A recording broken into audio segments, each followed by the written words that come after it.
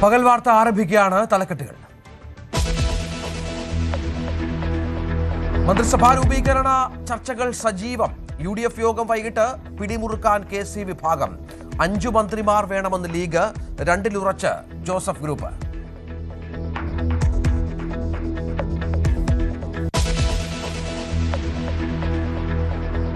കോൺഗ്രസിൽ ചെന്നിത്തലയുടെ കലാപക്കൊടി. ആഭ്യന്തരമന്ത്രി സ്ഥാനം വേണമെന്ന് ഉറച്ച നിലപാട്. MLA സ്ഥാനം രാജിവെക്കുന്ന അടക്കമുള്ള കടുത്ത നടപടികൾ ആലോചനയിൽ. ചെന്നിത്തലയുമായി കൂടിക്കാഴ്ച നടത്തി സതീശൻ.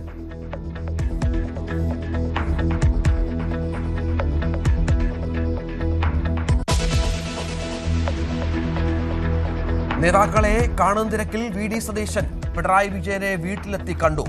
രമേശ് ചെന്നിത്തലയും അനുനയിപ്പിക്കാൻ ശ്രമം.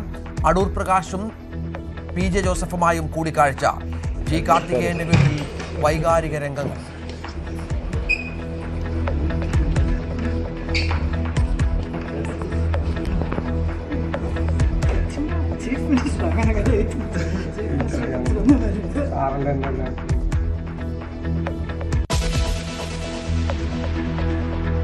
പ്രതിപക്ഷ ഉപനേതാവ് പദവിയിൽ CPM CPI തർക്കം. ഇന്ന് നിലപാടറിയിക്കാൻ CPM. ക്രിയാത്മക പ്രതിപക്ഷമായി പ്രവർത്തിക്കുമെന്ന് MP ഗോവിന്ദൻ. സത്യപ്രതിജ്ഞയിൽ പങ്കെടുക്കാനും തീരുമാനം.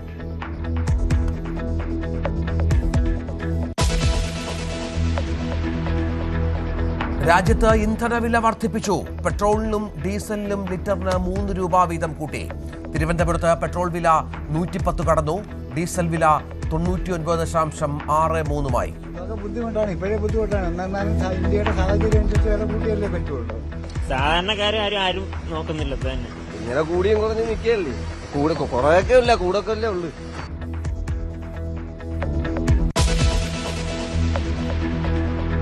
നീറ്റ് പുനഃപരീക്ഷ ജൂൺ 21. പുതുതായി രജിസ്ട്രേഷനോ ഫീസോ വേണ്ട. അടുത്ത വർഷം മുതൽ പരീക്ഷ ഓൺലൈനിൽ. ചോദ്യപേപ്പർ ചോർച്ചയിൽ അന്വേഷണം തുടരുന്നു. കേരളത്തിലെ ഒരു വിദ്യാർത്ഥിയിൽ നിന്നും CBI വിവരങ്ങൾ തേടി.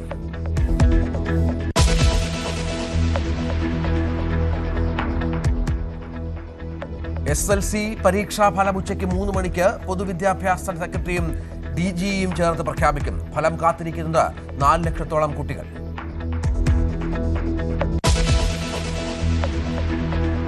കനത്ത മഴയിൽ കർണാടകയിലെ വിജയപുരയിൽ 4 മരണം. UPയിൽ മഴക്കെടുതിയിൽ മരണം 111 പിന്നിട്ടു. പ്രയാഗ്രാജ് ജില്ലയിൽ മാത്രം 22 മരണം. ശക്തമായ ഇടിമിന്നലും കാറ്റും തുടരുന്നു.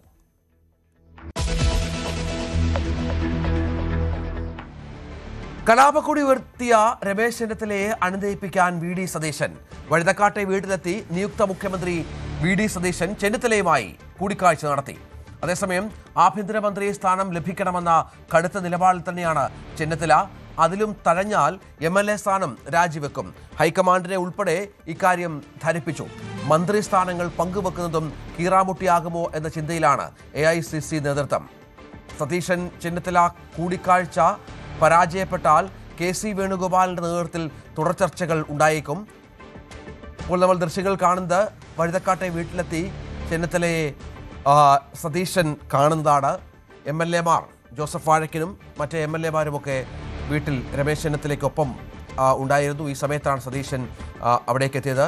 തൊട്ട് മുൻപ് പിണറായി വിജയന്റെ വീട്ടിലെത്തി സതീശൻ പിണറായിയെ കണ്ട് മടങ്ങിയിരുന്നു. ഇന്ന് അടൂർ പ്രകാശിനെ കണ്ടു, P ജോസഫിനെ കണ്ടു, G കാർത്തികേയന്റെ വീട്ടിലെത്തി. അതിനുശേഷമാണ് രമേശ് ചെന്നിത്തലയുമായുള്ള കൂടിക്കാഴ്ച നടക്കുന്നത്. പരിഭവത്തിലാണ് ചെന്നിത്തല, സംശയമില്ല. നമുക്കറിയാം, മുഖ്യമന്ത്രി സ്ഥാനം നഷ്ടപ്പെട്ടു. ആഭ്യന്തര മന്ത്രിസ്ഥാനം വേണമെന്ന് ആവശ്യം ഉന്നയിക്കുന്നു. VR കാർത്തിക് വിവരങ്ങളുമായി ചേരും. കാർത്തിക്, അനുനയ ശ്രമങ്ങളാണ്. സതീശൻ രാവിലെ മുതൽ നേതാക്കളെ കാണുന്നുണ്ട്. അതിന്റെ ഭാഗമായി മാത്രം കണ്ടാൽ മതിയോ, അതോ മറ്റ് ചില ശ്രമങ്ങൾ ഇതിന്റെ ഭാഗമായി ഉണ്ടോ?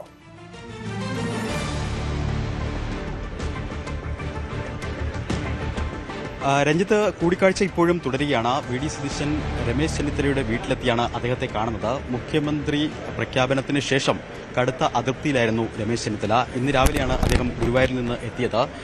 തുടർന്ന് വി.ഡി. സതീശൻ ഇവിടെ എത്തി കാണുമെന്ന വാർത്തകൾ വന്നു. അതിന് പിന്നാലെ അദ്ദേഹം വീട്ടിൽ നിന്ന് മടങ്ങി. എന്നാൽ അല്പസമയം മുമ്പ് അദ്ദേഹം ഇവിടേക്ക് തിരിച്ചെത്തി. കൂടിക്കാഴ്ച ഏതാണ്ട് വി.ഡി. സതീശൻ രമേശ് ചെന്നിത്തല കൂടിക്കാഴ്ച ഏതാണ്ട് 15 മിനിറ്റോളം ആയി അവർ ഇപ്പോൾ സംസാരിക്കുകയാണ്. മറ്റ് നേതാക്കളും ഒപ്പമുണ്ട്. അതുകൊണ്ട് തന്നെ കാര്യമായ ഉപാധികളടക്കമുള്ളവ ഈ ഘട്ടത്തിൽ ചർച്ചയാവാനുള്ള സാധ്യത കുറവാണ്. ഒരുപക്ഷെ വരും മണിക്കൂറുകളിൽ വി.ഡി. സതീശൻ ഇവിടെ നിന്ന് നേരെ പോകുന്നത് KPCC-യിലേക്കാണ്. KPCC-യിലേക്ക് വരുന്ന മണിക്കൂറിൽ രമേശ് ചെന്നിത്തലയും അവിടേക്ക് എത്താം. ഒരുപക്ഷെ നിർണായകമായ രാഷ്ട്രീയ ചർച്ചകൾ അവിടെയാണ് നടക്കുക. ഏതായാലും ഒരു മഞ്ഞുരുകൽ ഉണ്ടായിരിക്കുന്നു. അതായത് മുഖ്യമന്ത്രി പ്രഖ്യാപനത്തിന് ശേഷം കടുത്ത അതൃപ്തിയിലായിരുന്ന രമേശ് ചെന്നിത്തലയെ അനുനയിപ്പിക്കാൻ നിയുക്ത മുഖ്യമന്ത്രി വി.ഡി. സതീശൻ നേരിട്ട് വീട്ടിലെത്തി അദ്ദേഹവുമായി കൂടിക്കാഴ്ച നടത്തുകയാണ്. മറ്റൊന്ന്, രമേശ് ചെന്നിത്തല ക്യാമ്പ് ഈ വിഷയത്തിൽ കടുത്ത നിലപാടിലാണ്. അതായത് ചില ഉപാധികൾ ഒരുപക്ഷെ ഇനിയുള്ള ചർച്ചകളിൽ രമേശ് ചെന്നിത്തല മുന്നോട്ട് വയ്ക്കും. അതിൽ ഏറ്റവും പ്രധാനം ഈ മന്ത്രിസഭാ രൂപീകരണത്തിൽ സതീശൻ മന്ത്രിസഭയുടെ ഭാഗമായി രമേശ് ചെന്നിത്തല ഉണ്ടാകണമെങ്കിൽ ആഭ്യന്തര വകുപ്പ് രമേശ് ചെന്നിത്തലയ്ക്ക് വേണം.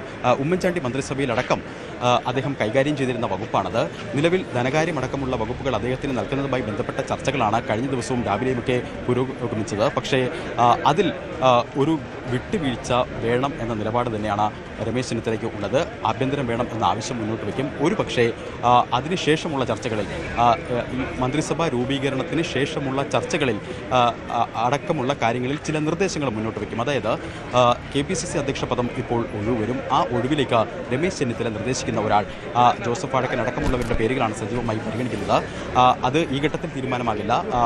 പിന്നീട് വരും മണിക്കൂറുകളിലും വരും ദിവസങ്ങളിലുമൊക്കെ ആയിരിക്കും ആ ഘട്ടത്തിൽ ചർച്ച നടക്കുക. എന്തായാലും ജ്യോതികുമാർ ചാമക്കാല അടക്കമുള്ള നേതാക്കൾ ഇപ്പോൾ അകത്തേക്ക് പോകുന്നു. കൂടിക്കാഴ്ച അവസാനിച്ച് അല്പസമയത്തിനകം നിയുക്ത മുഖ്യമന്ത്രി വി.ഡി. സതീശൻ പുറത്തേക്ക് ഇറങ്ങും എന്ന് പ്രതീക്ഷിക്കുന്നു. എന്തായാലും നിർണായകമായ രാഷ്ട്രീയ ചർച്ചകൾ, ഒരു മഞ്ഞുരുകൽ ഉണ്ടായിരിക്കുന്നു. പക്ഷേ അതിനപ്പുറത്തേക്ക് ഉപാധികൾ വച്ചുകൊണ്ടുള്ള ചർച്ച അത് ഈ വീട്ടിൽ വെച്ച് നടക്കാനുള്ള സാധ്യത കുറവാണ്. കാരണം നിരവധി നേതാക്കളുണ്ട്. ഇരുവരും എല്ലാ നേതാക്കളുടെയും മുന്നിൽ വെച്ച് രമേശ് ചെന്നിത്തലയുടെ ഡൈനിങ് ഹാളിൽ ഇരുന്നതിനാണ് ഈ ചർച്ച നടക്കുന്നത്. അതുകൊണ്ട് തന്നെ അതിനുള്ള സാധ്യത കുറവാണ്. എന്തായാലും ഒരു മഞ്ഞുരുകൽ ഉണ്ടായിരിക്കുന്നു. ഒരുപക്ഷേ പുറപ്പെടുന്നതിന് മുൻപ്, അതായത് ഇറങ്ങുന്നതിന് മുൻപ് ഒരുപക്ഷെ ഇരുവരും മാത്രമായി സംസാരിച്ചാൽ ആ ഉപാധി മുന്നോട്ട് വയ്ക്കും. അതിനോടുള്ള മറുപടിയും സതീശൻ ആ ഘട്ടത്തിൽ തന്നെ വ്യക്തമാക്കും. എന്തായാലും വരും മണിക്കൂറുകളിൽ AICC general secretary KC Venugopal അടക്കമുള്ളവർ എത്തുന്നുണ്ട് തിരുവനന്തപുരത്തേക്ക്. KPCC-യിൽ നിർണായകമായ ചർച്ചകൾ വരും മണിക്കൂറുകളിൽ ഉണ്ടാകും. അതായത് UDF ഉഭയകക്ഷി ചർച്ചകൾക്ക് മുന്നോടിയായി KPCC-യിൽ ചില ചർച്ചകൾ ഉണ്ടാകും. ആ ചർച്ചകളിലായിരിക്കാം ഒരുപക്ഷെ വിശദമായി രാഷ്ട്രീയ കാര്യങ്ങളിൽ വിശദമായ ചർച്ച നടക്കുക. നമുക്ക് കാണാം, രമേശ് ചെന്നിത്തലയുടെ വീട്ടിൽ ഇപ്പോൾ പ്രവർത്തകരുടെ വലിയൊരു തിരക്കുണ്ട്. രാവിലെ മുതൽ തന്നെ ഇവിടെ പ്രവർത്തകരുടെ തിരക്കുണ്ട്. അദ്ദേഹത്തെ കാണാൻ അനുയായികളുടെ തിരക്കായിരുന്നു. ഇപ്പോൾ വി.ഡി. സതീശൻ ഈ കൂടിക്കാഴ്ചയ്ക്ക് ശേഷം പുറത്തേക്ക് വരുന്നു. അദ്ദേഹത്തിന്റെ പ്രതികരണം എന്ത്? ഇരുവരും ഒരുമിച്ചാണ് പുറത്തേക്ക് വരുന്നത് എന്നതും ഏറ്റവും ശ്രദ്ധേയമാണ്. അതായത് വി.ഡി. സതീശൻ ഇവിടെ എത്തിയപ്പോൾ വീട്ടിന് പുറത്തിറങ്ങി സ്വീകരിക്കാൻ അദ്ദേഹം തയ്യാറായിരുന്നില്ല. പക്ഷേ ഇപ്പോൾ വി.ഡി. സതീശനെ യാത്രയാക്കാൻ രമേശ് ചെന്നിത്തല കൂടി വരുന്നു. അതായത് ഒരു മഞ്ഞുരുകന്റെ സന്ദേശം. എന്നാൽ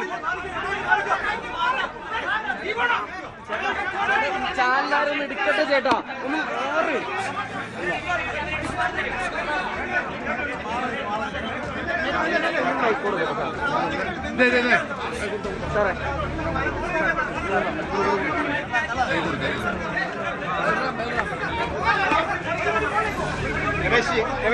ഒരു സ്റ്റെപ്പ് കൂടെ മുകളിലേക്ക്, ഒരു സ്റ്റെപ്പ് ഇല്ല.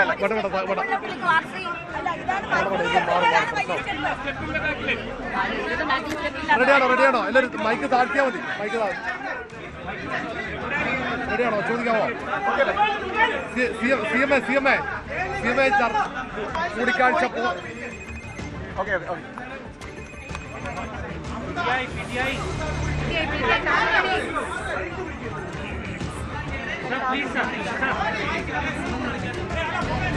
റെഡി. മന്ത്രിസഭയിലേക്ക് ഉണ്ടാകുമോ? ഞാൻ അദ്ദേഹമായിട്ട് കൂടിക്കാഴ്ച, ഞാൻ എപ്പോഴും വരുന്ന വീടല്ലേ ഇത്. കൊച്ചിലെ തൊട്ട് ചെറുപ്പത്തിലോട്ട് എൻ്റെ ലീഡറാണ് അദ്ദേഹം. എല്ലാ കാലത്തും ഞങ്ങൾ കഴിഞ്ഞ പ്രാവശ്യം പ്രതിപക്ഷ നേതാവായപ്പോൾ ഞാൻ ഇവിടെ വന്ന് ഞങ്ങൾ രണ്ടുപേരും കൂടി ഒരു വാഹനത്തിലാണ് ആദ്യ നിയമസഭാ സമ്മേളനത്തിൽ പങ്കെടുക്കാൻ പോയത്. എത്രയോ വർഷമായിട്ട് ഈ വീട് ഉണ്ടാക്കിയ കാലം മുതൽ ഈ വീട്ടിൽ വരുന്ന ഒരാളാണ് ഞാൻ അദ്ദേഹത്തെ കാണണ്ടേ. അത് നിങ്ങൾ ഉദ്ദേശിക്കുന്ന ആ തരത്തിലുള്ള ഒരു കാര്യങ്ങളുമില്ല.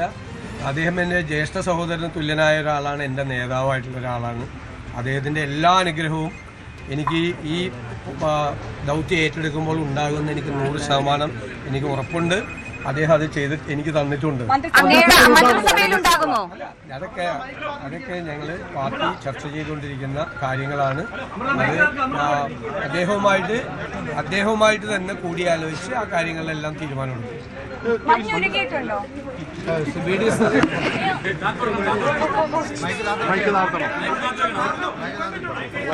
വി ഡി സതീശൻ മുഖ്യമന്ത്രിയായതിൽ ഞാൻ സന്തോഷിക്കുന്നു. ഹൈക്കമാൻഡിന്റെ തീരുമാനത്തെ ഞാൻ സർവാത്മന സ്വാഗതം ചെയ്യുന്നു. ഇന്ന് രാവിലെ ഗുരുവായൂരിൽ 1-ാം തീയതി ആയതുകൊണ്ട് ഗുരുവായൂർ പോയി ഞാൻ തൊഴുതിട്ട് പത്രക്കാരെ കണ്ടപ്പോൾ ഞാനിത് പറഞ്ഞതാണ്. അദ്ദേഹം ഇവിടെ പറഞ്ഞു, വളരെയേറെ വ്യക്തിപരമായ ബന്ധങ്ങളുള്ളവരാണ് ഞങ്ങളെല്ലാവരും.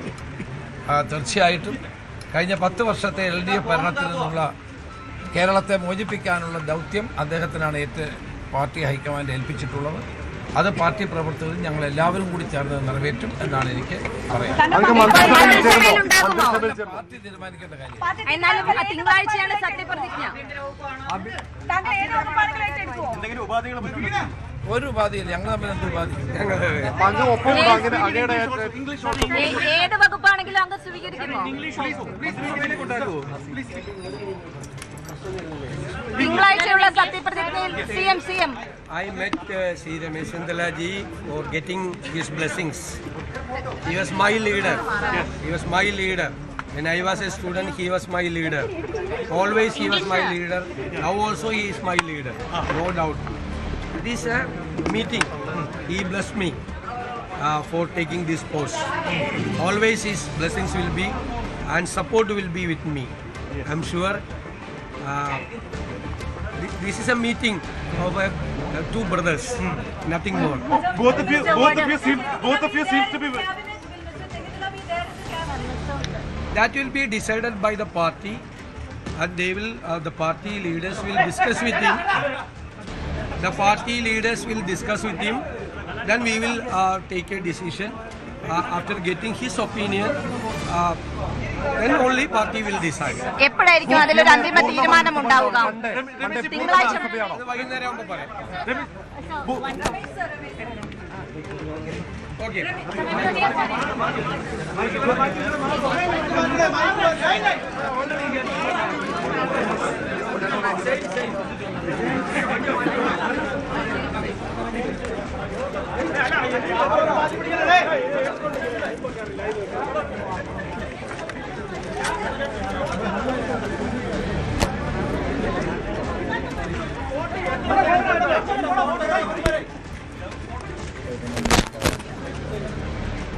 രമേശ് ചെന്നിത്തലയും VD സതീശനും തമ്മിൽ കൂടിക്കാഴ്ച നടത്തി. ഒരു മഞ്ഞുരുകലിൻ്റെ സൂചനകളൊക്കെ ഉണ്ട് എന്നാണ് മനസ്സിലാക്കേണ്ടത്. കാര്യങ്ങൾ വ്യക്തമായി സംസാരിച്ചില്ല എങ്കിൽ കൂടിയും ഇന്ന് വൈകുന്നേരത്തോടു കൂടി ഒരു ചിത്രം വ്യക്തമാകും. രമേശ് ചെന്നിത്തല ആഭ്യന്തരമന്ത്രിയായി അല്ലെങ്കിൽ ധനകാര്യമന്ത്രിയായി VD സതീശൻ്റെ മന്ത്രിസഭയിൽ ഉണ്ടാകുമോ എന്ന കാര്യത്തിൽ ഒരു വ്യക്തത വരാൻ ഇനിയും മണിക്കൂറുകൾ കാത്തിരിക്കേണ്ടി വരും. കാർത്തിക്, എന്തായാലും കാര്യങ്ങൾ ഏതാണ്ട് നന്നായി പോകുന്നു എന്ന് വേണം കരുതാൻ ഈ ഘട്ടത്തിൽ, അല്ലേ?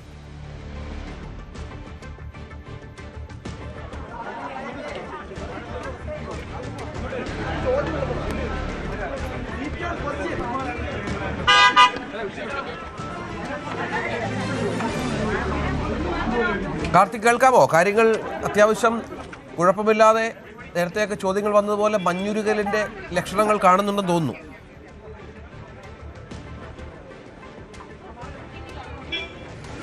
തീർച്ചയായിട്ടും അതിലേക്ക് എത്താം. മറ്റ് കാര്യങ്ങൾ ചർച്ചയായില്ല. അതായത് ഡീറ്റെയിൽഡ് ആയിട്ട് ഒരു ആവശ്യങ്ങൾ, അതായത് ഉപാധികൾ, അത് മുന്നോട്ട് വെച്ചുകൊണ്ടുള്ള ഒരു ചർച്ച നടന്നില്ല.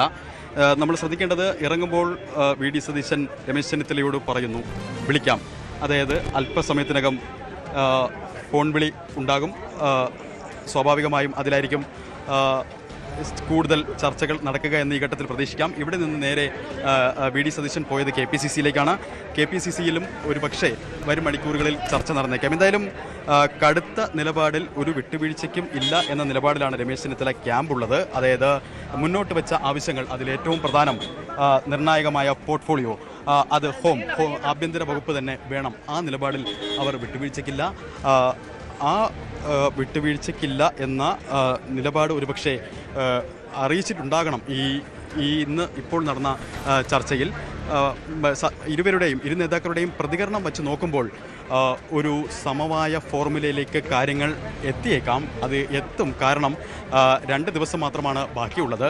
അതിനുള്ളിൽ ചർച്ചകൾ പൂർത്തിയാക്കണം. ഇന്ന് വൈകിട്ട് വി ഡി സതീശന് കൊച്ചിയിലേക്ക് മടങ്ങേണ്ടതുണ്ട്. അതുകൊണ്ട് തന്നെ സ്വാഭാവികമായും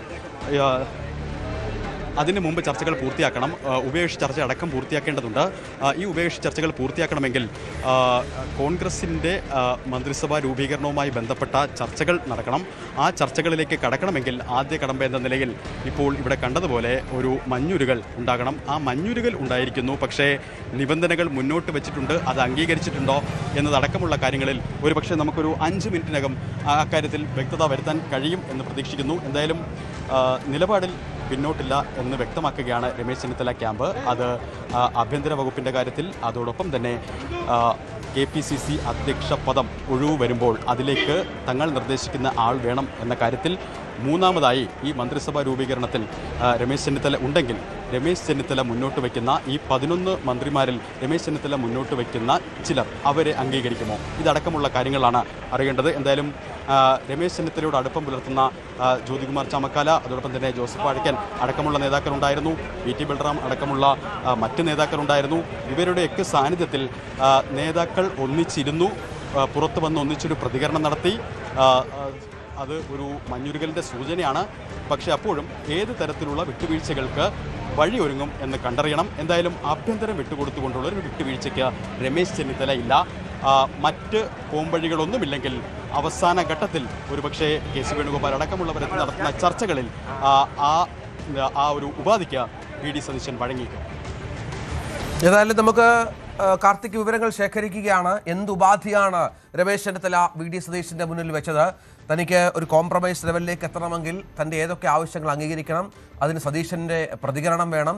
സതീശന് സ്വാഭാവികമായും തനിക്കൊപ്പം നിൽക്കുന്നവരോട് ആലോചിക്കേണ്ടി വരും. അങ്ങനെ ഇനിയുള്ള നിമിഷങ്ങൾ നിർണായകമാണ്. വൈകിട്ട് UDF യോഗമാണ്. അതിലൊരു അന്തിമ തീരുമാനത്തിലേക്ക് എത്തിച്ചുകൊണ്ടാണ് ഒരുപക്ഷെ സതീശന് അവിടെ പ്രവേശിക്കാനാവുക. കോൺഗ്രസിൻ്റെ മന്ത്രിമാരെയെങ്കിലും നിശ്ചയിച്ചുകൊണ്ടുള്ള ഒരു യോഗത്തിലുള്ള ഒരു പാർട്ടിസിപ്പേഷൻ ആയിരിക്കണം. അതനുസരിച്ചുള്ള നീക്കങ്ങൾ, വളരെ തകൃതിയായ ചടുലമായ നീക്കങ്ങൾ സതീശൻ്റെ ഭാഗത്തുനിന്ന് ഉണ്ടാകേണ്ടതുണ്ട്. രമേശ് ചെന്നിത്തല എല്ലാ കാലവും ഹൈക്കമാൻഡ് നിലപാടുകളെ അംഗീകരിച്ച അച്ചടക്കമുള്ള കോൺഗ്രസ് പ്രവർത്തകനെന്നാണ് K. മുരളീധരന്റെ പ്രതികരണം. ഇക്കാര്യത്തിലും ഹൈക്കമാൻഡ് നിർദ്ദേശം അനുസരിച്ച് പ്രവർത്തിക്കും. അദ്ദേഹത്തെ പോലെ ഒരു ആളെ മന്ത്രിസഭയിൽ ആവശ്യമാണെന്നും മുരളീധരൻ പറഞ്ഞു.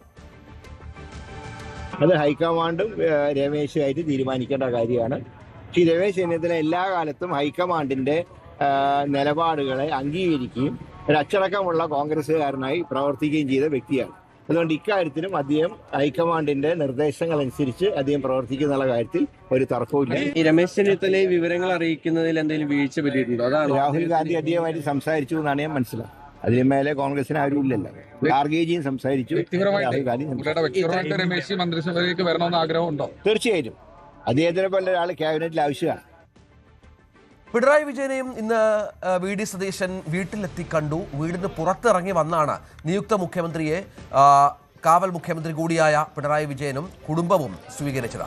വീട്ടുകാർ ചായ നൽകി സതീശനെ സൽക്കരിച്ചു.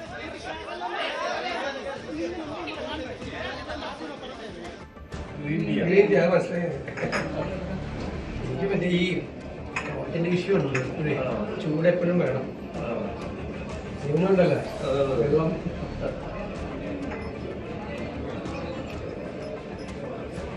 ഈ ശ്രദ്ധേയമായത് പിണറായി വിജയൻ കാണാൻ വന്നത്, അദ്ദേഹം കേരളത്തിലെ രാഷ്ട്രീയ നേതാക്കളിൽ ഏറ്റവും സീനിയർ ആയിട്ടുള്ള ഒരാളാണ്. 10 വർഷം മുഖ്യമന്ത്രിയായിരുന്ന ആളാണ്. 16 വർഷം പാർട്ടി സെക്രട്ടറി ആയിരുന്ന ആളാണ്. പരിണതപ്രജ്ഞനായ ഒരു രാഷ്ട്രീയ നേതാവാണ്. അപ്പം നമ്മളൊരു പ്രധാനപ്പെട്ട ദൗത്യം ഏറ്റെടുക്കുകയാണ്. മാത്രമല്ല അദ്ദേഹം പ്രതിപക്ഷ നേതൃസ്ഥാനത്തേക്ക് കൂടി വരികയാണ്. നമ്മുടെ കേരളത്തിൻ്റെ കാര്യങ്ങൾക്ക് വേണ്ടിയിട്ട്, പ്രധാനപ്പെട്ട കാര്യങ്ങൾക്ക്, എല്ലാ കാര്യങ്ങൾക്കും ഒരുമിച്ച് നിൽക്കാൻ പറ്റില്ല. രാഷ്ട്രീയമുണ്ട് ഉറപ്പായിട്ടും. പ്രധാനപ്പെട്ട കാര്യങ്ങൾക്ക് വേണ്ടിയിട്ട് ഒരുമിച്ച് നിൽക്കാൻ നമുക്ക് പറ്റണം. അത് പറ്റുമെന്നാണ് എൻ്റെ പ്രതീക്ഷ. ആ കാര്യത്തിൽ അദ്ദേഹത്തിൻ്റെ പിന്തുണ കൂടി ഞാൻ അഭ്യർത്ഥിച്ചിട്ടുണ്ട്. ഇതിപ്പോൾ അതിനുശേഷം സതീശൻ അതിന് മുൻപ് VD സതീശൻ എത്തിയത് G കാർത്തികേയൻ്റെ വീട്ടിലാണ്. നമുക്കറിയാം സതീശൻ്റെ രാഷ്ട്രീയ ഗുരു കൂടിയാണ് കാർത്തികേയൻ ഇന്ന് കേരള രാഷ്ട്രീയത്തിൽ അദ്ദേഹത്തിൻ്റെ അസാന്നിധ്യമുണ്ട്. G കാർത്തികേയൻ്റെ വീട്ടിലെത്തിയപ്പോൾ വികാര നിർഭര രംഗങ്ങളായിരുന്നു ഉണ്ടായത്. രാഷ്ട്രീയത്തിൽ കൈപിടിച്ചുയർത്തിയ G കാർത്തികേയൻ്റെ ഓർമ്മകൾക്ക് മുന്നിൽ നിയുക്ത മുഖ്യമന്ത്രി വിതുമ്പി.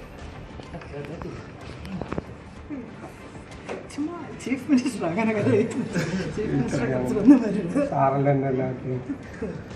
കാർത്തികേയന്റെ ഭാര്യ ഡോക്ടർ MT സുലേഖയുമായി ഏറെ നേരം സംസാരിച്ച ശേഷമായിരുന്നു മടക്കം. നമ്മുടെ പിള്ളേരെ പോലെ രണ്ടുപേരെയും ഞങ്ങൾക്ക് 2 ആൺമക്കളാണ്.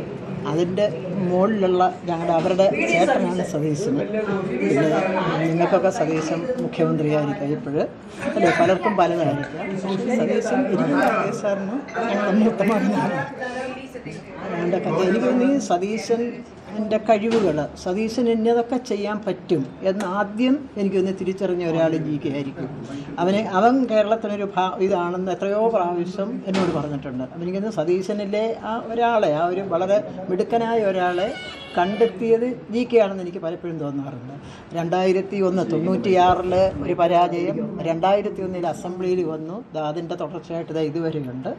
ഇനിയും സതീശന് വളരെ വളരെ വളരെ ഉയരങ്ങൾ കീഴടക്കാനുണ്ട്. പിന്നെ ഉമ്മൻചാണ്ടി സാറിനെ പോലൊക്കെ എല്ലാവരും സ്നേഹിക്കുന്ന, ഈ പാവങ്ങളെ ചേർത്ത് പിടിക്കുന്ന, എല്ലാ മതനിരപേക്ഷ മൂല്യങ്ങളെയും കാത്തു സൂക്ഷിക്കുന്ന ഒരു നല്ല മുഖ്യമന്ത്രിയായിട്ട് അറിയപ്പെടാനുള്ള ഭാഗ്യം ഉണ്ടാവട്ടെ എന്ന് ഞാൻ ആഗ്രഹിക്കുന്നു കേട്ടോ. നല്ലൊരു മുഖ്യമന്ത്രി, കേരളം എന്നും ഓർക്കുന്ന ഒരു നല്ല മുഖ്യമന്ത്രി ആവട്ടെ. ലീഡറെ പോലെയും ഉമ്മൻചാണ്ടി സാറിനെ പോലെയും ഒക്കെ ഒരു നല്ല മുഖ്യമന്ത്രി ആവട്ടെ, ജനങ്ങൾ ഇഷ്ടപ്പെടുന്ന.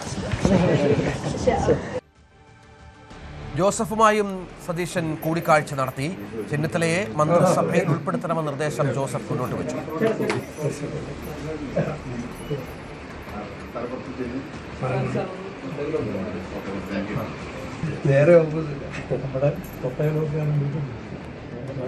UDF കൺവീനർ അടൂർ പ്രകാശുമായും VD സതീശൻ കണ്ടു. UDFിൽ മന്ത്രിസഭാ രൂപീകരണ വകുപ്പ് വിഭജന ചർച്ചകൾ പുരോഗമിക്കുകയാണ്. കോൺഗ്രസിന് 11 മന്ത്രിമാർക്ക് പുറമെ സ്പീക്കറും ഡെപ്യൂട്ടി സ്പീക്കറും ഉണ്ടാകും. മുസ്ലിം ലീഗിന് 5 മന്ത്രിമാരും ചെറുകക്ഷികൾക്ക് ഓരോ മന്ത്രി സ്ഥാനവും നൽകും. UDF യോഗം വൈകിട്ട് തിരുവനന്തപുരത്ത് ചേരും. അതേസമയം സതീശന് യാത്രയ്ക്ക് എസ്കോർട്ടും പൈലറ്റും മാത്രമേ ഉണ്ടാകൂ. വാഹന വ്യൂഹത്തിന്റെ അകമ്പടി വേണ്ടെന്ന് നിയുക്ത മുഖ്യമന്ത്രി അറിയിച്ചിട്ടുണ്ട്. ജനങ്ങളെ വഴി തടയരുതെന്നും നിർദ്ദേശം നൽകി എന്നുള്ള സുപ്രധാനമായ ഒരു തീരുമാനമുണ്ട്. VV അരുൺ ഏറ്റവും പുതിയ വിവരങ്ങളുമായി ചേരും. അരുണ്, ഒരു കഴിഞ്ഞ 10 വർഷം നമ്മൾ കണ്ട കാഴ്ച അങ്ങനെയൊന്നുമല്ല. വാഹന വ്യൂഹത്തിൻ്റെ അകമ്പടിയോടെ ജനത്തെ ബുദ്ധിമുട്ടിച്ച് വലിയ ട്രാഫിക് ബ്ലോക്ക് ഉണ്ടാക്കി ജനത്തെ തടഞ്ഞ് യാത്ര ചെയ്യുന്ന, കറുത്ത കാറിൽ ഇങ്ങനെ യാത്ര ചെയ്യുന്ന മുഖ്യമന്ത്രിയെയാണ്. അതിൽ നേരെ വിപരീതമാവുകയാണ് സതീശൻ. തീർച്ചയായും ജനത്തിൻ്റെ കയ്യടി നേടുന്ന തീരുമാനമാണ് ആദ്യം എടുക്കുന്നതെന്ന് കരുതാം.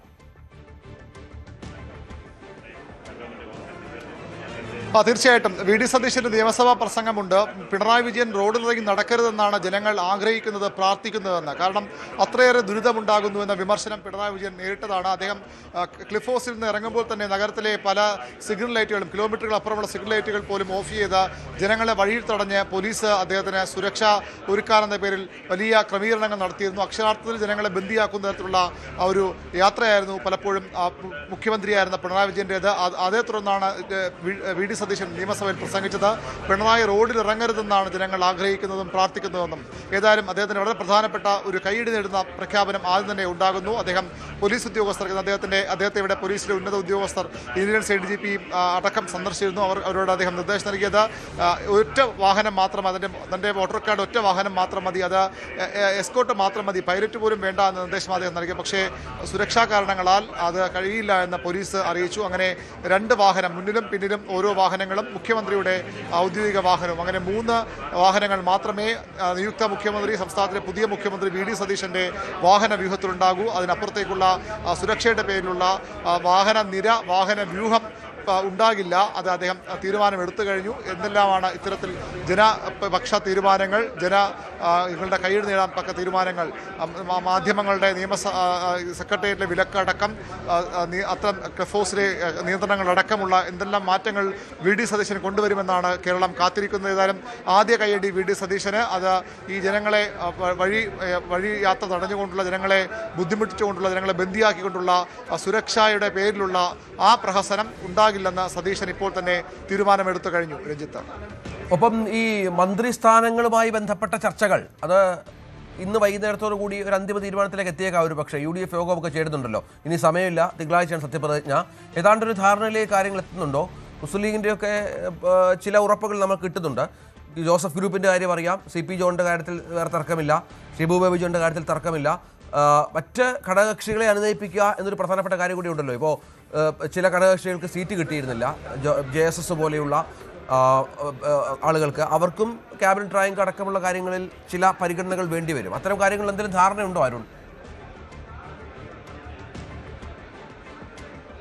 അനൗപചാരിക ചർച്ചകൾ നേരത്തെ തുടങ്ങിയതാണ്. ഔദ്യോഗികമായി ഇന്ന് UDF നേതാക്കളുടെ യോഗം, UDF യോഗം ഇന്ന് വൈകിട്ട് ഞാൻ നിൽക്കുന്ന കന്റോൺമെന്റ് ഹൗസിൽ 4 മണിക്ക് ചേരുന്നുണ്ട്. ഇപ്പോൾ ഉള്ള സൂചനകൾ അനുസരിച്ച് 11 മന്ത്രിസ്ഥാനങ്ങൾ കോൺഗ്രസിന്, കഴിഞ്ഞ സർക്കാരുള്ളതുപോലെ 11 മന്ത്രിസ്ഥാനങ്ങൾ കോൺഗ്രസിന്. 2011 അവസാന ടൈമാകുമ്പോൾ ലീഗിന് 5ാം മന്ത്രിസ്ഥാനം നൽകിയ വലിയ വിവാദമായിരുന്നു. പക്ഷേ അവർക്ക് ഇപ്പോഴും 5ാം മന്ത്രിസ്ഥാനം നൽകും. അതിൽ നിന്ന് ആ സ്റ്റാറ്റസ് കോ മെയിൻറ്റെയിൻ ചെയ്യുന്ന തീരുമാനമാകും ഉണ്ടാകും. അങ്ങനെ വരുമ്പോൾ 11+5 16 മന്ത്രിമാർ കോൺഗ്രസും ലീഗുമായി പങ്കിട്ടെടുക്കും. സ്പീക്കർ, ഡെപ്യൂട്ടി സ്പീക്കർ സ്ഥാനങ്ങൾ കോൺഗ്രസ് തന്നെ കൈവശം വയ്ക്കാനാണ് സാധ്യത. കേരള കോൺഗ്രസിന് 2 മന്ത്രിസ്ഥാനങ്ങൾ അവർ ആവശ്യപ്പെടുന്നു. പക്ഷേ ഒരു മന്ത്രിസ്ഥാനം കൊണ്ട് തൃപ്തിപ്പെടേണ്ടി വരും. ഒരു പക്ഷേ ചീഫ് വിപ്പ് സ്ഥാനം കൂടി അവർക്ക് നൽകിയേക്കാം. ചീഫ് വിപ്പ് ലീഗും ആവശ്യം ഉന്നയിക്കുന്നുണ്ട്, പക്ഷേ കൊടുക്കാൻ സാധ്യതയില്ല എന്നാണ് നമുക്കിപ്പോൾ മനസ്സിലാക്കാൻ കഴിയുന്നത്. RSPയുടെ ഷിബു ബേബി ജോൺ മന്ത്രിയാകും, CMBയുടെ CP ജോണും മന്ത്രിയാകും. മാണി സി കാപ്പൻ മന്ത്രിസഭയിലേക്ക് വരും. അത് ഒരു മുഴുവൻ ടൈമിലേക്കാകുമോ അല്ലെങ്കിൽ KK രമയുമായി 2.5 വർഷം വീതം പങ്കിടുമോ എന്ന കാര്യത്തിലാണ് വ്യക്തത വരേണ്ടത്. മന്ത്രിസ്ഥാനം വേണ്ട എന്നൊരു വ്യക്തിപരമായ തീരുമാനം രമ നേരത്തെ പറഞ്ഞിരുന്നു. പക്ഷേ അത് പാർട്ടി അത്തരം പദവി ഏറ്റെടുക്കണമെന്നാണ് RMPയുടെ ആവശ്യം. അങ്ങനെയെങ്കിൽ ഈ 2.5 വർഷം എന്ന ഈ വിഭജിച്ചാകും രമയ്ക്കും മാണി സി കാപ്പന് നൽകുക. അനൂപ് ജേക്കബ് എന്തായാലും മന്ത്രിസഭയിൽ ഉണ്ടാകുമെന്ന് ഉറപ്പാണ്. ഉമ്മൻചാണ്ടി മന്ത്രിസഭയിലും അദ്ദേഹം അംഗമായിരുന്നു. അതുകൊണ്ട് അനൂപ് ജേക്കബ് ഉണ്ടാകും. ആ രീതിയിലാണ്. ഒരുപക്ഷേ കോൺഗ്രസ് ഒരു മന്ത്രിസ്ഥാനം കൂടി കൂടുതൽ എടുത്തേക്കുമെന്ന ചില സൂചനകളുമുണ്ട്. ഒരു അന്തിമ തീരുമാനവും നമുക്കൊരു കൺഫർമേഷനും ഇതുവരെ ഉണ്ടായിട്ടില്ല. നിലവിൽ 11 മന്ത്രിമാർ കോൺഗ്രസ്, 5 മന്ത്രിമാർ ലീഗ് എന്ന തരത്തിലാണ് കാര്യങ്ങൾ പോകുന്നത്.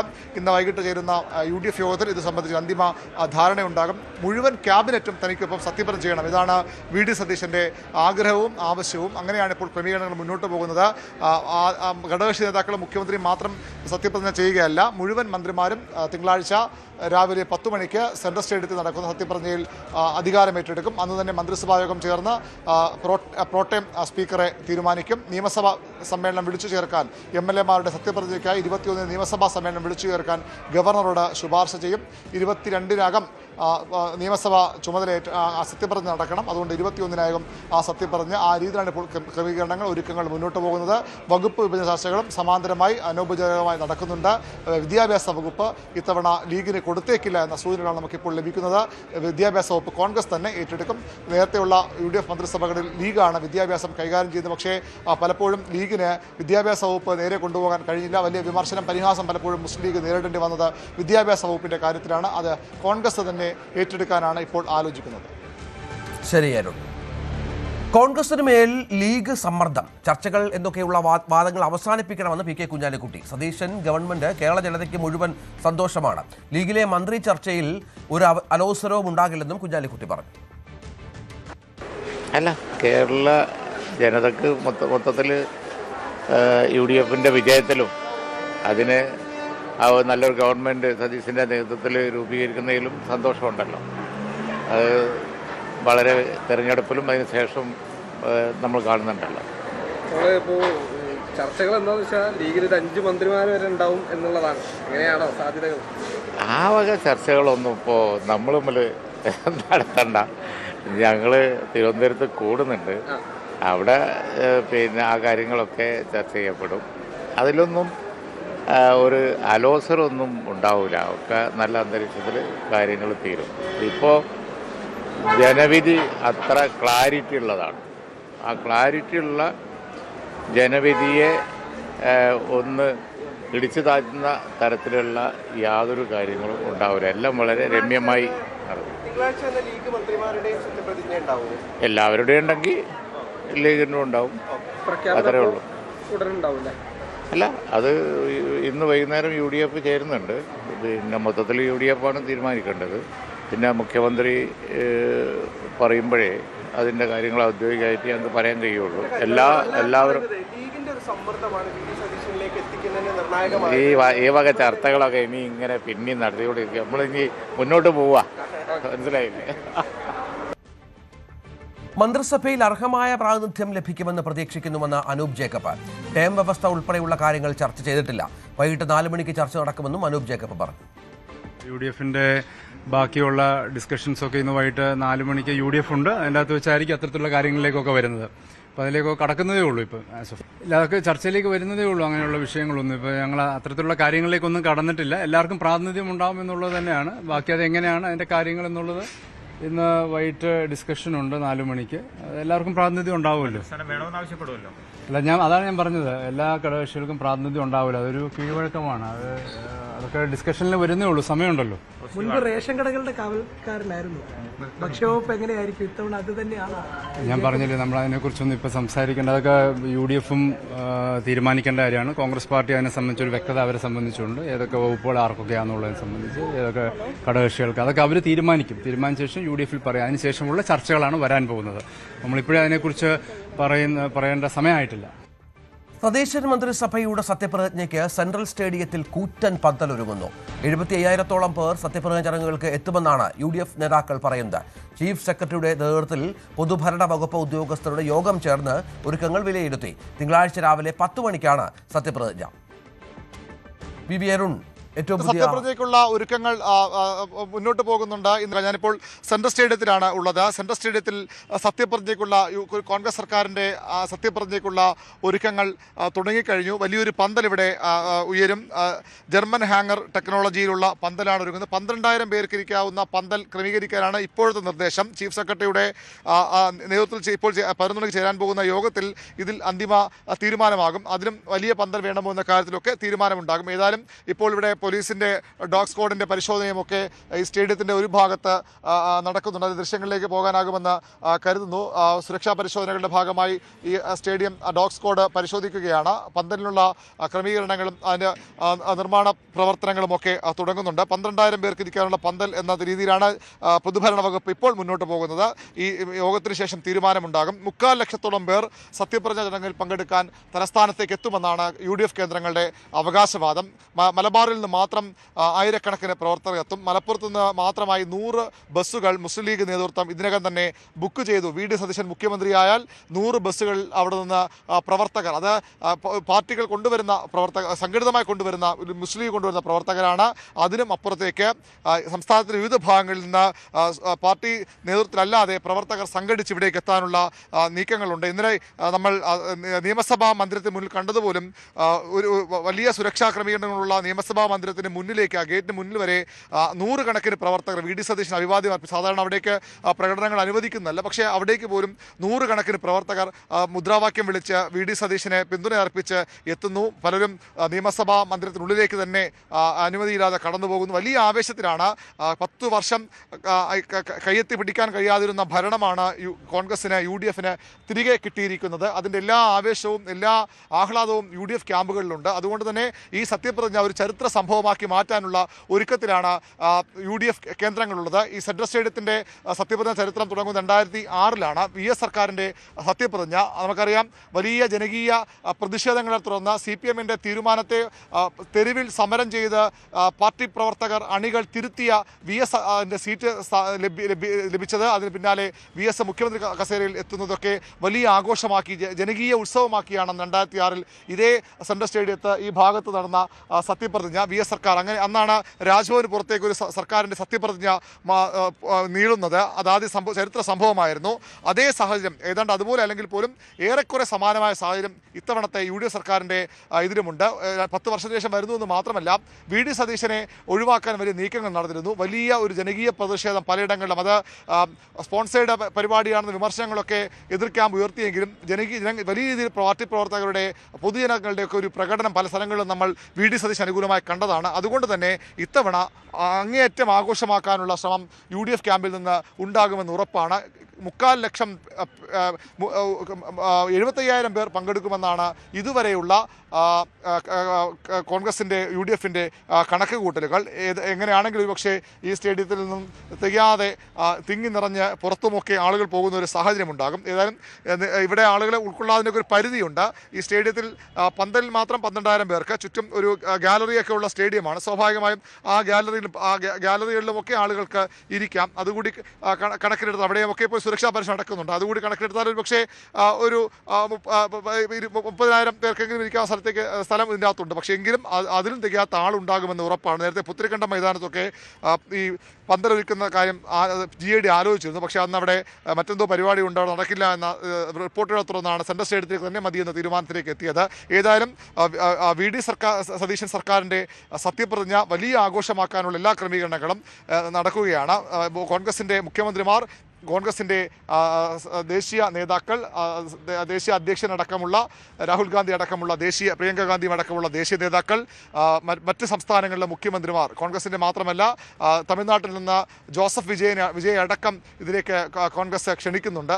അദ്ദേഹം അടക്കം വരുമെന്ന സൂചനകൾ ഉണ്ട്. അങ്ങനെയെങ്കിൽ ഒരു വലിയ സംഭവമാക്കി മാറ്റാനുള്ള എല്ലാ ഒരുക്കങ്ങളും നടക്കുകയാണ്. ഈ പന്തലിൻ്റെ നിർമ്മാണം വളരെ വേഗത്തിൽ മുന്നോട്ട് പോകും. ഇന്ന് വ്യാഴാഴ്ചയായി 2 ദിവസം സ്വാഭാവികമായും അതിനുള്ളിൽ തന്നെ നിർമ്മാണം പൂർത്തിയാക്കും.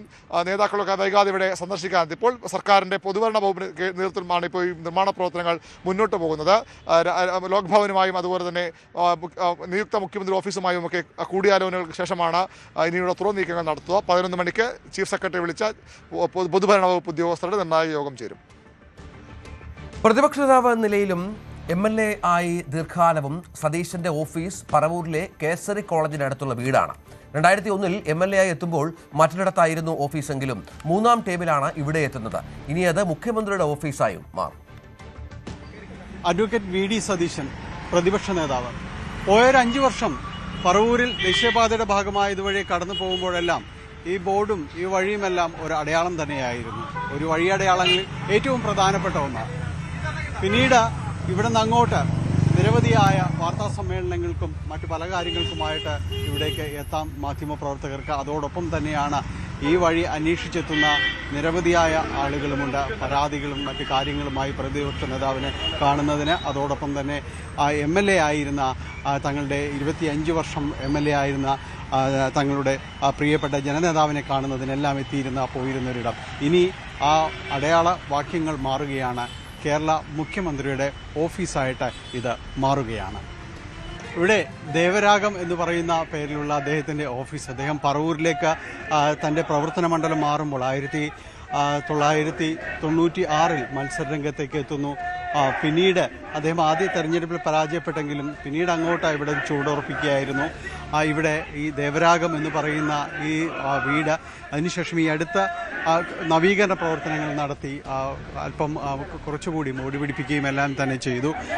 ഇന്നിപ്പോൾ ഇവിടെ ആഹ്ലാദ പ്രകടനങ്ങളും കാര്യങ്ങളും എല്ലാം നടക്കുകയാണ്. പോയ ഒരു 5 വർഷം എന്ന് പറയുന്നത് പ്രതിപക്ഷ നേതാവിൻ്റെ പല വാർത്താ സമ്മേളനങ്ങൾക്കും മറ്റും ഇടമായിരുന്ന ഇടം, പലപ്പോഴും സർക്കാരിനെ നിശിതമായി വിമർശിച്ചുകൊണ്ട് അദ്ദേഹം വാർത്താ സമ്മേളനങ്ങൾ പലകുറി നടത്തിയിരുന്ന ഒരിടം. അതോടൊപ്പം തന്നെയാണ് പല സമര പ്രഖ്യാപനങ്ങൾ, അതോടൊപ്പം പല വാർത്തകൾക്ക് അതിൻ്റെ ഒരു ഉത്തരം, പ്രത്യാരോപണങ്ങളെല്ലാം ഈ UDF എന്ന് പറയുന്ന ഈ ബാനറിൻ്റെ അതിൻ്റെ കീഴിൽ നിന്നുകൊണ്ടാണ് അദ്ദേഹം പലപ്പോഴും വാർത്താ സമ്മേളനങ്ങളിലേക്കെല്ലാം തന്നെ മാറിയത്.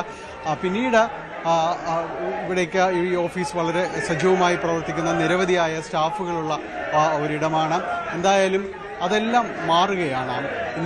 ഇനി അത് മുഖ്യമന്ത്രിയുടെ ഓഫീസ് എന്ന ഒരു പുതിയ പ്രതിച്ഛായയിലേക്കെല്ലാം തന്നെ മാറുന്നു. ഇത് കുറച്ചുകൂടി ഒരുപക്ഷെ പഴയതിനേക്കാൾ കൂടുതൽ തിരക്കുള്ള ഒരിടമായിട്ട് ദേവരാഗം മാറുന്നു. പ്രതിപക്ഷ നേതാവിൻ്റെ ഓഫീസിൽ നിന്ന് മുഖ്യമന്ത്രിയുടെ ഓഫീസിലേക്കുള്ളൊരു ദൂരം അത് വളരെ വലുതാണ്. വലിയ രീതിയിലുള്ള ചർച്ചകൾക്ക് ഒടുവിലാണ് അദ്ദേഹം മുഖ്യമന്ത്രി പദത്തിലേക്കും എല്ലാം തന്നെ എത്തുന്നത്. പറവൂരിൽ അദ്ദേഹത്തിൻ്റെ പ്രവർത്തകർ, അദ്ദേഹത്തിൻ്റെ അനുയായികളെല്ലാം ഉറച്ചു വിശ്വസിക്കുന്നു അദ്ദേഹം മുഖ്യമന്ത്രി പദത്തിലേക്ക് എത്തുമെന്ന കാര്യത്തിൽ അവർക്കൊരു സംശയവുമില്ലായിരുന്നു. കാരണം പോയ വർഷങ്ങൾ അദ്ദേഹത്തിൻ്റെ പോരാട്ടത്തിൻ്റെതായിരുന്നുവെന്ന് അവർ പറയുന്നു. അതിന് അർഹമായ രീതിയിലുള്ള ഒരു അംഗീകാരം അതെന്തായാലും അദ്ദേഹത്തെ തേടിയെത്തുമെന്നും അവർ വിശ്വസിക്കുകയും ചെയ്തിരുന്നു. എന്തായാലും പഴയ പ്രതിപക്ഷ നേതാവിൻ്റെ പറവൂരിലെ ഓഫീസിന് ഇനി മാറ്റമുണ്ടാവില്ല. പുതിയ മേൽവിലാസം മുഖ്യമന്ത്രിയുടെ ഓഫീസായത് മാറുകയും ചെയ്യുകയാണ്.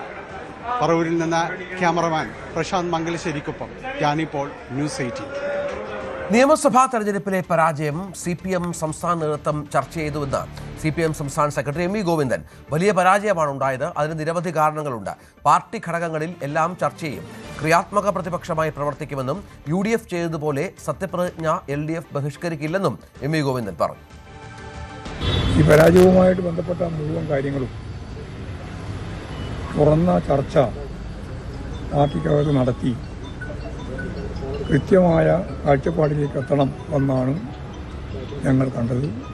പുതിയ ഗവൺമെൻറ് വരാൻ പോവാണ്. ഗവൺമെൻറ് വരുമ്പോൾ ആ ഗവൺമെൻറ്റിന് സ്വാഭാവികമായിട്ടൊരു പ്രതിപക്ഷ മര്യാദയോടുകൂടിയുള്ള നിലപാട് ഞങ്ങൾ സ്വീകരിക്കും. അവർ മുമ്പ് ചെയ്തതുപോലെ സത്യപ്രതിജ്ഞ ഉൾപ്പെടെ ബഹിഷ്കരിക്കുന്ന നിലയാണ് കഴിഞ്ഞ പ്രാവശ്യം ഉണ്ടായത്.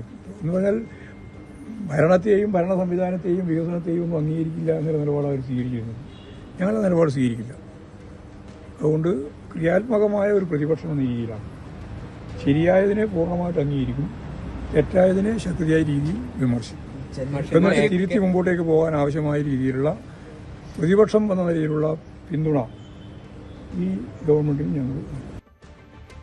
ഈ വർഷത്തെ SSLC പരീക്ഷാ ഫലം ഉച്ചയ്ക്ക് 3 മണിക്ക് പ്രഖ്യാപിക്കും. പൊതുവിദ്യാഭ്യാസ സെക്രട്ടറിയും DGയും ചേർന്നാണ് ഫലം പ്രഖ്യാപിക്കുക. ഫലപ്രഖ്യാപനത്തിന് പുതിയ വിദ്യാഭ്യാസ മന്ത്രിയെ കാക്കേണ്ടെന്ന് KPCC അധ്യക്ഷൻ വിദ്യാഭ്യാസ വകുപ്പ് അധികൃതരെ അറിയിച്ചിരുന്നു. ഫലം വൈകിയാൽ +1 പ്രവേശനത്തെ അടക്കം ബാധിക്കുന്ന സാഹചര്യത്തിലാണ് മുൻ നിശ്ചയിച്ച പ്രകാരമുള്ള പ്രഖ്യാപനത്തിലേക്ക് കാര്യങ്ങളെത്തിയത്. നീറ്റ് പുനഃപരീക്ഷ ജൂൺ 21-ന്. ചോദ്യപേപ്പർ ചോർച്ചയെ തുടർന്ന് നേരത്തെ നടത്തിയ നീറ്റ് പരീക്ഷ റദ്ദാക്കുകയായിരുന്നു. കേന്ദ്ര വിദ്യാഭ്യാസ മന്ത്രിയുടെ നേതൃത്വത്തിൽ ചേർന്ന ഉന്നതതല യോഗമാണ് പുതിയ തീയതി തീരുമാനിച്ചത്. ഹോൾ ടിക്കറ്റ് ഉടൻ വിതരണം ചെയ്യും. MG രേണുക വിവരങ്ങൾ പങ്കുവെക്കും. രേണുക, നേരത്തെ വലിയ വിദ്യാർത്ഥികൾക്കൊക്കെ വലിയ ആശങ്കയുണ്ടാക്കിയ ഒന്നായിരുന്നു ഈ നീറ്റ് ചോദ്യപേപ്പർ ചോർച്ച, സംശയമില്ല. ഇപ്പോൾ അതിൻ്റെ ഏറ്റവും പുതിയ വിവരങ്ങൾ, അന്വേഷണം നടക്കുന്നതെന്നറിയാം. ഒപ്പം പുതിയ പരീക്ഷയുമായി ബന്ധപ്പെട്ട ക്രമീകരണങ്ങൾ എങ്ങനെയാണ്? രഞ്ജിത്ത്, ചോദ്യപേപ്പർ ചോർച്ചയെ തുടർന്ന് റദ്ദാക്കിയ പരീക്ഷ ജൂൺ 21-ന് നടക്കും എന്നതാണ് ഏറ്റവും പുതിയ അറിയിപ്പ് വന്നിരിക്കുന്നത്. ഈ 14-നകം തന്നെ ഈ ഹാൾ ടിക്കറ്റുകൾ വിതരണം ചെയ്യും എന്നും അറിയിച്ചിരിക്കുന്നു. അപ്പോൾ ഇത് ജൂൺ 14-നകം ഹാൾ ടിക്കറ്റുകളുടെ വിതരണം നടക്കും എന്ന അറിയിപ്പാണ് ഇപ്പോൾ വന്നിരിക്കുന്നത്. ഇന്നലെ കേന്ദ്ര വിദ്യാഭ്യാസ മന്ത്രി ധർമ്മേന്ദ്ര പ്രധാന്റെ അധ്യക്ഷതയിൽ ചേർന്ന ഉന്നതതല യോഗത്തിലാണ് പുതിയ തീയതി സംബന്ധിച്ചുള്ള തീരുമാനമായിരിക്കുന്നത്. അത് പ്രഖ്യാപിച്ചിരിക്കുന്നത്. ഇതിനായി പുതിയ രജിസ്ട്രേഷൻ ആവശ്യമില്ല. ഈ കഴിഞ്ഞ പരീക്ഷ മെയ് 3-ന് നടന്ന പരീക്ഷ എഴുതിയ രജിസ്ട്രേഷൻ ഉണ്ട്. അതനുസരിച്ച് തന്നെയായിരിക്കും പുതിയ പരീക്ഷയും നടക്കുക. അതനുസരിച്ച് ഹാൾ ടിക്കറ്റുകൾ വിതരണം ചെയ്യും. പുതിയ ഫീസ് അടയ്ക്കേണ്ടുന്ന സാഹചര്യം വിദ്യാർത്ഥികളെ സംബന്ധിച്ച് ഉണ്ടാകുന്നില്ല. രജിസ്ട്രേഷൻ്റെയും ആവശ്യം വരുന്നില്ല. മാത്രവുമല്ല, മെയ് 3-ന് റദ്ദാക്കിയ പരീക്ഷാ ഫീസ് വിദ്യാർത്ഥികൾക്ക് തിരിച്ചു നൽകും. പുതിയ പരീക്ഷ നടത്തുന്നതിനുള്ള ഫീസ് ഈടാക്കുകയുമില്ല. അത് തികച്ചും സൗജന്യമായിരിക്കുമെന്ന അറിയിപ്പ് കൂടിയാണ് വന്നിരിക്കുന്നത്. വിദ്യാർത്ഥികൾക്ക് അവർ സൗകര്യപ്രദമായിട്ടുള്ള പരീക്ഷാ കേന്ദ്രങ്ങൾ സെലക്ട് ചെയ്യാനുള്ള അനുമതി കൂടി ഉണ്ടായിരിക്കും എന്ന കാര്യം കൂടി പറയുന്നു. ഇന്നലെ ഉന്നതതല യോഗത്തിൽ ഈ തീരുമാനങ്ങൾ വരുന്നു, അത് പ്രഖ്യാപിക്കുന്നു. എന്തായാലും അതിനുശേഷം കേന്ദ്ര വിദ്യാഭ്യാസ മന്ത്രി ധർമ്മേന്ദ്ര പ്രധാൻ പറയുന്നത് ഈ പരീക്ഷ നടത്തിപ്പ് അത് സമൂലമായി പരിഷ്കരിക്കും എന്ന ഒരു ഉറപ്പ് കൂടി നൽകുകയാണ്. ഒരു തരത്തിലുമുള്ള കോംപ്രമൈസ് ഇതുമാതിരിയുള്ള പരീക്ഷാ സമ്പ്രദായങ്ങളെ ഇല്ലായ്മ ചെയ്യാൻ നടത്തുന്ന ശക്തികൾക്കെതിരെ ഉണ്ടാകില്ല. ശക്തമായ നടപടികൾ ഉണ്ടാകും. ഇതിൻ്റെ ഏറ്റവും ഇതിൻ്റെ താഴെത്തട്ട് വരെ അന്വേഷണം വ്യാപിപ്പിച്ചുകൊണ്ട് ആരാണോ ഇതിന് പിന്നിൽ ആ കുറ്റക്കാരെ എല്ലാം നിയമത്തിന് മുന്നിൽ കൊണ്ടുവരാനുള്ള ശ്രമങ്ങളാണ് നടത്തുന്നത് എന്നും ആ രീതിയിൽ അന്വേഷണം വിപുലമാക്കിയിട്ടുണ്ട് എന്ന കാര്യവും പറയുന്നു. ഒരു തരത്തിലും ഈ മെറിറ്റ് അട്ടിമറിക്കാൻ അനുവദിക്കില്ല. അതുകൊണ്ടാണ് ഈ പരീക്ഷ തന്നെ റദ്ദാക്കുന്ന ഒരു തീരുമാനത്തിലേക്ക് പോയത് എന്നതുൾപ്പെടെയുള്ള കാര്യങ്ങളാണ് കേന്ദ്രമന്ത്രി ധർമ്മേന്ദ്ര പ്രധാൻ വ്യക്തമാക്കിയിട്ടുള്ളത്. നമുക്കറിയാം, മെയ് 3-നാണ് ഈ എക്സാം നടന്നത്.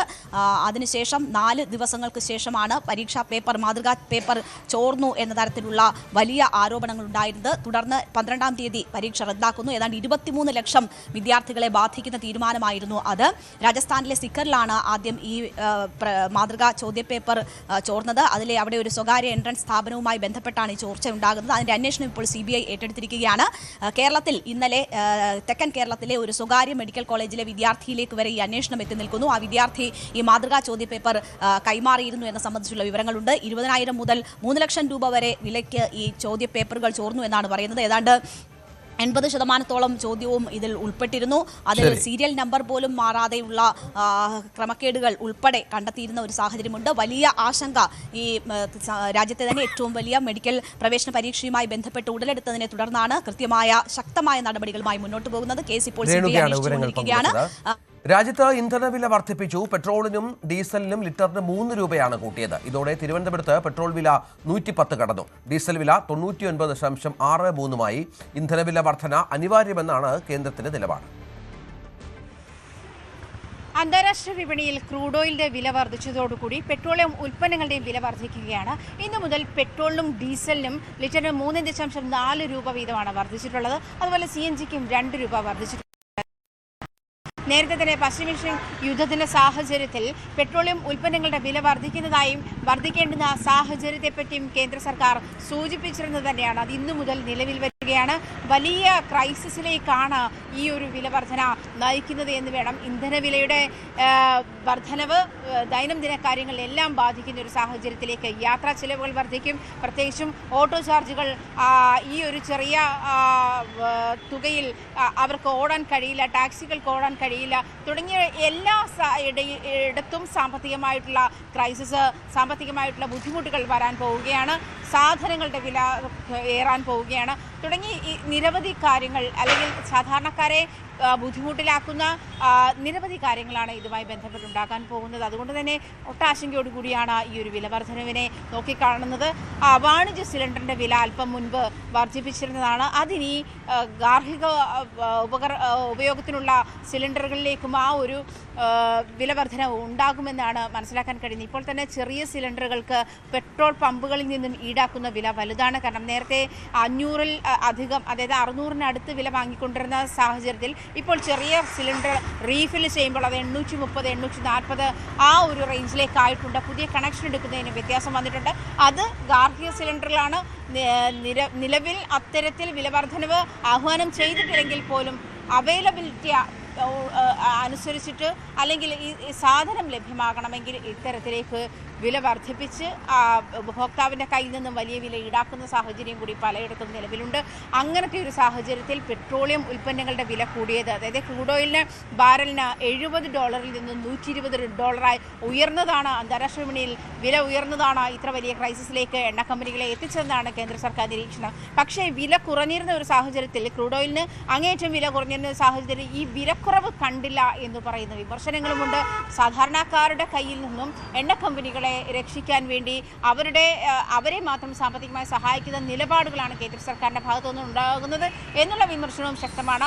അത്തരം നിരീക്ഷണങ്ങളും പുറത്തു വരുന്നുണ്ട്. എന്തായാലും പശ്ചിമേഷ്യൻ യുദ്ധത്തിന്റെ സാഹചര്യത്തിൽ നിലവിൽ പെട്രോളിയം ഉൽപ്പന്നങ്ങളുടെ വില വർദ്ധിക്കുന്ന ഒരു അവസ്ഥയിലേക്ക് തന്നെയാണ് പോയിക്കൊണ്ടിരിക്കുന്നത്. KSRTC ബസ്സുകളിൽ സ്ത്രീകൾക്ക് സൗജന്യ യാത്രാ വാഗ്ദാനം നടപ്പിലാക്കിയില്ലെന്ന് ആരോപിച്ച് മഹിളാ മോർച്ചയുടെ പ്രതിഷേധം. സംസ്ഥാനത്ത് UDF ഭരണത്തിലെത്തിയാൽ മെയ് 15 മുതൽ സൗജന്യ യാത്ര നടപ്പാക്കുമെന്നായിരുന്നു പ്രഖ്യാപനം. സംസ്ഥാന വ്യാപകമായി പ്രവർത്തകർ കൂട്ടത്തോടെ സൗജന്യ യാത്രയ്ക്കായി ബസ് സ്റ്റാൻഡുകളിൽ എത്തി. സൗജന്യ യാത്ര ആവശ്യപ്പെട്ട് ബസ്സുകളിൽ കയറിയെങ്കിലും ഇത് സംബന്ധിച്ച അറിയിപ്പ് തങ്ങൾക്ക് കിട്ടിയിട്ടില്ലെന്ന് KSRTC അധികൃതർ വ്യക്തമാക്കി. 15-ാം തീയതി UDF സർക്കാർ അധികാരത്തിൽ വന്നാൽ സൗജന്യമായ യാത്ര നൽകാമെന്ന ഒരു വാഗ്ദാനമാണ് നൽകിയിരുന്നത്. പക്ഷേ അത് നടപ്പിലായിരുന്നു. നമുക്ക് അവരോട് തന്നെ ചോദിക്കാം, എന്താണ് നിങ്ങൾ ഇങ്ങനെ എങ്ങോട്ടാണ് യാത്ര പോകുന്നത്? ഞങ്ങൾ കുന്നമംഗലത്തിലേക്കാണ് പോകുന്നത്. പക്ഷെ അവര് സർക്കാർ പറഞ്ഞത് 15-ാം തീയതി ആണ് പ്രാബല്യത്തിൽ വരുമെന്നാണ് ഞങ്ങൾ അറിഞ്ഞത്. അപ്പൊ അതിനെ കൊണ്ട് ഞങ്ങൾ എല്ലാ സ്ത്രീകളും ഒന്നിച്ച് ആഹ്ലാദിച്ച് പോവാണ്. സന്തോഷമായി. ഇനി മുതൽ KSRTC ഇനി ഒന്നും പൈസ വേണ്ട, എന്നെ സന്തോഷമായി. ടിക്കറ്റ് എടുക്കില്ല? ഇല്ല, ടിക്കറ്റ് എടുക്കില്ല. ഇങ്ങനെ ഒരുപാട് യാത്രകളൊക്കെ പ്ലാൻ ചെയ്തിട്ടുണ്ടോ? ഉണ്ട്. ഇനി അടുത്ത ആഴ്ചയൊക്കെ ഫുൾ യാത്ര തന്നെയാണ്. എവിടെയൊക്കെ പോകണമെന്നൊക്കെ ആഗ്രഹം? ഞങ്ങൾ തിരുവനന്തപുരത്തേക്ക് പോകണം, പിന്നെ ആറ്റുകാൽ പോവാം, അങ്ങനെയൊക്കെ പല സ്ഥലങ്ങളിലും യാത്ര ചെയ്യാനുള്ള ഉദ്ദേശമാണ്. KSRTC ഈ ആനുകൂല്യം പരമാവധി ഉപയോഗിക്കും. പരമാവധി ഉപയോഗിക്കും ഇത്. അതാണ്. അങ്ങനെയൊക്കെയാണോ അമ്മ? എങ്ങനെയാണ് ആഗ്രഹം? തീർത്ഥയാത്രയായിട്ട് ഇങ്ങനെ ബസ് KSRTC എവിടെ പോകണം അവിടെയൊക്കെ പോകാനുള്ളൊരു ആഗ്രഹമുണ്ട്. KSRTC ഉള്ള എവിടെയാണോ അവിടെയൊക്കെ പോകണം. അവിടെ തന്നെ നമുക്ക് ആഗ്രഹമുള്ള സ്ഥലങ്ങളിലെ തിരുവനന്തപുരം, ഗുരുവായൂര്, അങ്ങനെ ആറ്റുകാല്, അങ്ങനെയൊക്കെയുള്ള സ്ഥലങ്ങളിൽ. ചിലരൊക്കെ കൊല്ലൂരൊക്കെ പോകുന്ന പറയുന്നത്. കൊല്ലൂര് നമ്മൾ പെട്ടെന്നുണ്ട് ഒറ്റയ്ക്ക് പോകാൻ പറ്റുന്ന ഒരു സ്ഥലങ്ങളല്ലല്ലോ. നമുക്ക് KSRTC സർവീസ് ഉള്ളത് നമുക്ക് പോകാൻ പറ്റിയിടങ്ങളിലല്ലേ? പറ്റിയിടന്ന് വെച്ചാൽ ഇവര് അനുവദിക്കുക എന്താന്ന് നമുക്ക് അറിയില്ലല്ലോ. ഇന്ന് തരാന്നാണല്ലോ പറഞ്ഞത്. അതാണ് നമ്മളൊന്ന് ഇറങ്ങിയത്. 15-ാം തീയതി മുതൽ തരാന്നാണല്ലോ പറഞ്ഞത്. പക്ഷേ ഈ സർക്കാർ ഇതുവരെ ആയിട്ടില്ല. ആ സർക്കാർ ആവാതെ ഇങ്ങനൊരു സൗജന്യം തരാൻ കഴിയുമോ? കഴിയണല്ലോ.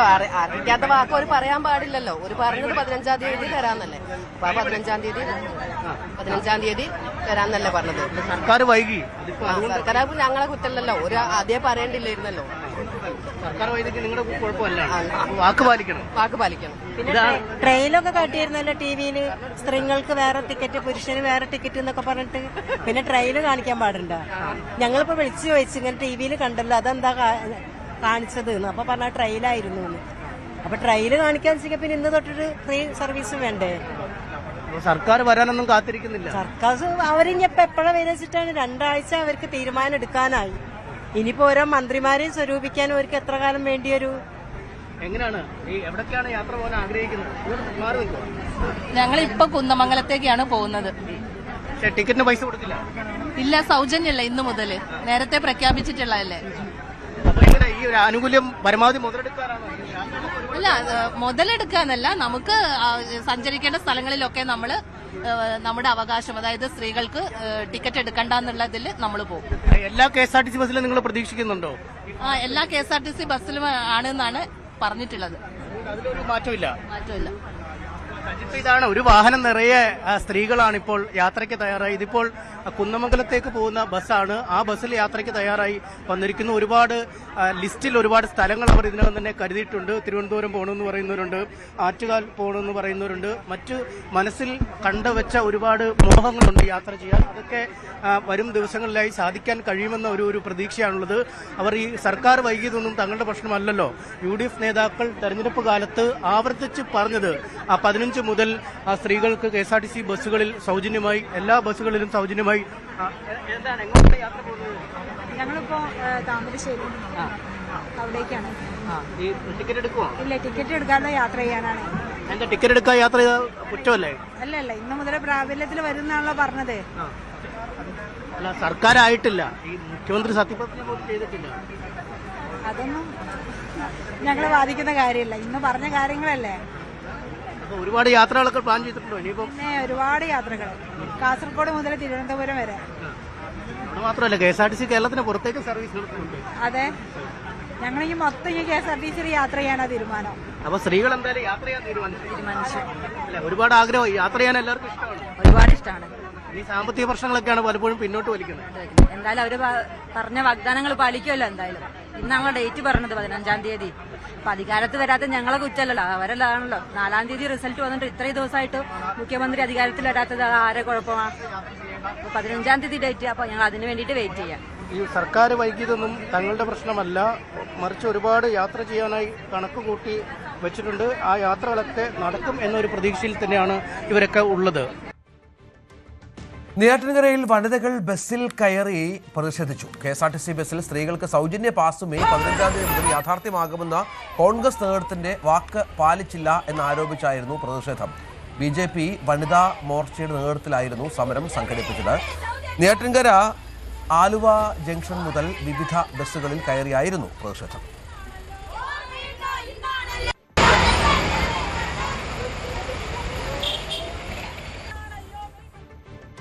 കണ്ണൂർ വളക്കയിൽ സ്വകാര്യ ബസ്സിന് തീപിടിച്ചു. ശ്രീകണ്ഠാപുരത്ത് നിന്ന് തളിപ്പറമ്പിലേക്ക് വരികയായിരുന്ന ബസ്സിനാണ് തീപിടിച്ചത്.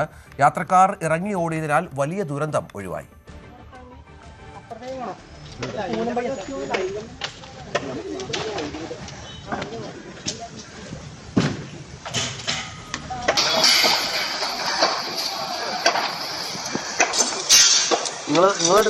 അല്ലല്ല, നമ്മൾ പൈപ്പ് വെച്ച് നോക്കി, രക്ഷയില്ല, പൈപ്പില്ല.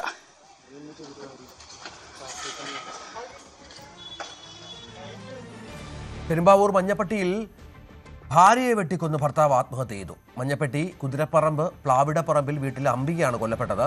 പ്രതി ഭർത്താവ് ചന്ദ്രൻ പ്രദേശത്ത് തന്നെയുള്ള ആളൊഴിഞ്ഞ പറമ്പിലെ മരത്തിൽ തൂങ്ങി മരിക്കുകയായിരുന്നു. കുടുംബ പ്രശ്നമാണ് കാരണം. മകൻ സനലിനും ആക്രമണത്തിൽ ഗുരുതരമായി പരിക്കേറ്റു. സനലിനെ ആദ്യം പെരുമ്പാവൂർ താലൂക്ക് ആശുപത്രിയിലും പിന്നീട് കളമശ്ശേരി മെഡിക്കൽ കോളേജിലും പ്രവേശിപ്പിച്ചു. കോഴിക്കോട് നരിക്കുനിയിൽ ആത്മഹത്യയ്ക്ക് ശ്രമിച്ചയാൾ മരിച്ചു. മകൾക്ക് ഗുരുതരമായി പൊള്ളലേറ്റു. പറമ്പിൽ ബസാർ സ്വദേശിയായ വിനോദ് കുമാറാണ് മരിച്ചത്. 9 വയസ്സുകാരിയായ മകൾ ചികിത്സയിലാണ്. വിനോദ് കുമാർ തീ കൊളുത്തിയപ്പോൾ മകൾ കെടുത്താൻ ശ്രമിച്ചപ്പോഴാണ് പൊള്ളലേറ്റത്. സാമ്പത്തിക ബാധ്യതയാണ് സംഭവത്തിന് പിന്നിലെന്നാണ് സൂചന. ഓൺലൈൻ ട്രേഡിംഗ് സ്ഥാപനം നടത്തിവരികയായിരുന്നു വിനോദ് കുമാർ.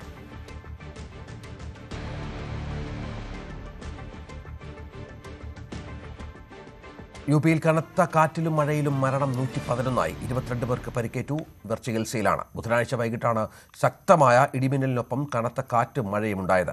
മഴയിൽ മരങ്ങൾക്കും മതിലുകൾക്കും സമീപം അഭയം തേടിയവരാണ് മരിച്ചത്. 200-ലേറെ വീടുകൾ തകർന്നു. കന്നുകാലികളും ചത്തു. പ്രയാഗ്രാജ് ജില്ലയിലാണ് വലിയ നാശം. ഇവിടെ 22 പേർ കൊല്ലപ്പെട്ടു. ചികിത്സയിലുള്ളവരിൽ 11 പേരുടെ നില ഗുരുതരമാണ്. ഫത്തേപൂരിൽ 10ഉം ഉന്നാവോ ബദായു എന്നിവിടങ്ങളിൽ 6 പേരും മരിച്ചു. സീതാപൂർ, റായ്ബറേലി, ചന്ദൌലി, കാൺപൂർ, ദേഹത്ത്, ഹർദോയ്, സംഭാൽ എന്നിവിടങ്ങളിലും നാശമുണ്ട്. ശക്തമായ കാറ്റിൽ പരസ്യ ബോർഡുകളും ടിൻ ഷെഡുകളും പറന്നുപോയി. കനത്ത കാറ്റിൽ കാസർഗോഡ് പീലിക്കോട് വ്യാപക നാശനഷ്ടം. നിരവധി വൈദ്യുതി തൂണുകൾ തകർന്നു. കവുങ്ങുകളും മാവുകളും കടപുഴകി. കാർഷിക ഗവേഷണ കേന്ദ്രത്തിലും നാശനഷ്ടമുണ്ടായി. വലിയ മരങ്ങൾ പൊട്ടി വീണ് കാർഷിക ഗവേഷണ കേന്ദ്രത്തിലെ വിവിധ കെട്ടിടങ്ങളുടെ മേൽക്കൂരകളും നിർമ്മിതികളും തകർന്നു.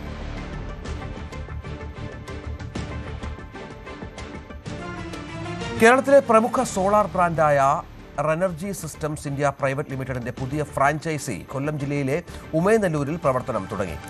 റെനർജിയുടെ 34ാമത് ഫ്രാഞ്ചൈസിയാണ് ആരംഭിച്ചത്. ഉദ്ഘാടനം ഇരവിപുരം MLA വിഷ്ണു മോഹൻ നിർവഹിച്ചു. 26 വർഷത്തെ സേവന പാരമ്പര്യവും കേരളത്തിലുടനീളം 8000-ന് പുറത്ത് സോളാർ ഉപഭോക്താക്കളുമുള്ള റെനർജി തെക്കേ ഇന്ത്യയിൽ തന്നെ ഏറ്റവും മികച്ച സോളാർ ഇൻസ്റ്റലേഷൻ കമ്പനികളിൽ ഒന്നാണ്.